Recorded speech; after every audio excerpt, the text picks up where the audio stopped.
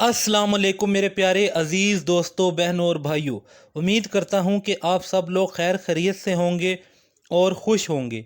जिस वीडियो का इंतज़ार था वो वीडियो मुझे मिल गई। आखिरकार इंजीनियर मोहम्मद अली मिर्ज़ा साहब ने आमिर कज़ाफ़ी के बारे में जो हकीकत थी वो बता ही दी।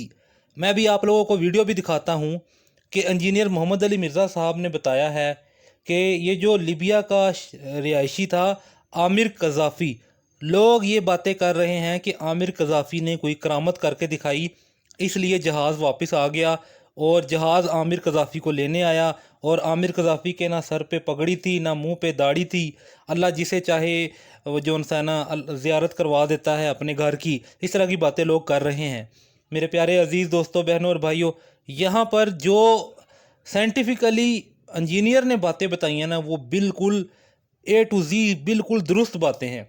तो मैं चाहता हूं कि आप सबसे पहले ये वीडियो देखें, फिर हम बात करते हैं। ये देखें।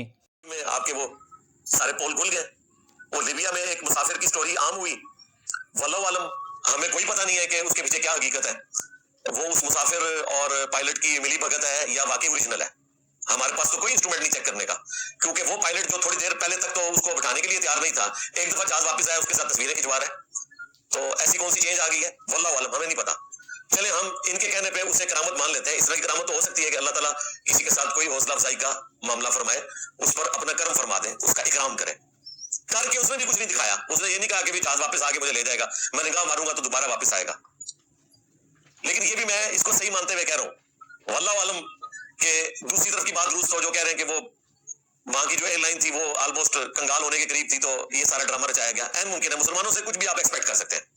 लेकिन चले इसे ठीक मानते हुए भी, तो इससे बड़ी करामत तो हिंदू के साथ हो गई है। एयर फ्लाइट जो 171 है, उसमें 11 नंबर जो सीट थी, 11वीं वाले सरकार नहीं, 11 नंबर सीट, उस पे जो शख्स बैठा हुआ था वो 242 मुसाफिरों में से अकेला बंदा बचा है और वो हिंदू है। तो ये तो उससे भी बड़ी करामत हो गई है। तो वो किसी के साथ भी हो सकती है। इस किस्म का मामला किसी के भी साथ हो सकता है।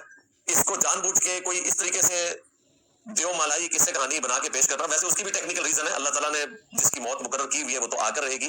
बाकी दुनियावी इसबाब भी अल्लाह ताला ने रखे होते हैं।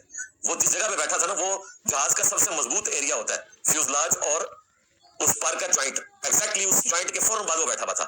और ये ऑलरेडी अगर आप जाके सर्च करें एयर क्रैश इन्वेस्टिगेशंस, मैं तो देखता रहता हूँ रेगुलरली नेशनल ज्योग्राफी के ऊपर, तो उसमें वो आपको बताएंगे कि जहाज अगर गिरे तो सबसे मजबूत जगह वही होती है, और वहां जो बैठने वाले लोग हैं उनके बचने के सब ज्यादा चांसेस होते हैं, क्योंकि जहाज का सबसे मजबूत एरिया वही होता है।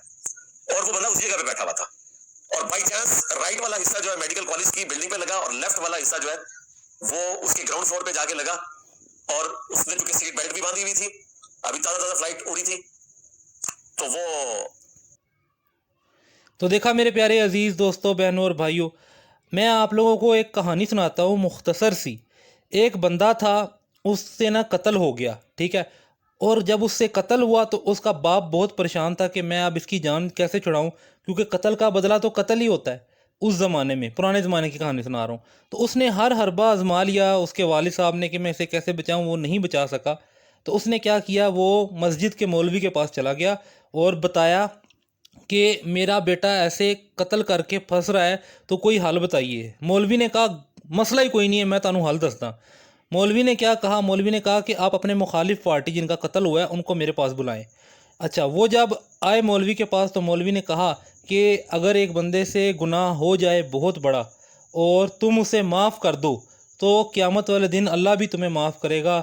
और अगर तुम उसे माफ़ कर दोगे तो क्या पता तुम्हारा जो बेटा है अल्लाह ताला उसे भी माफ़ कर दे, उसके गुनाह भी बख्श दे और उसको जन्नत में जगह दे। इन तुम्हारे बेटे ने जिसको कत्ल किया है उनके घर वालों से माफ़ी मंगवा लो, ठीक है।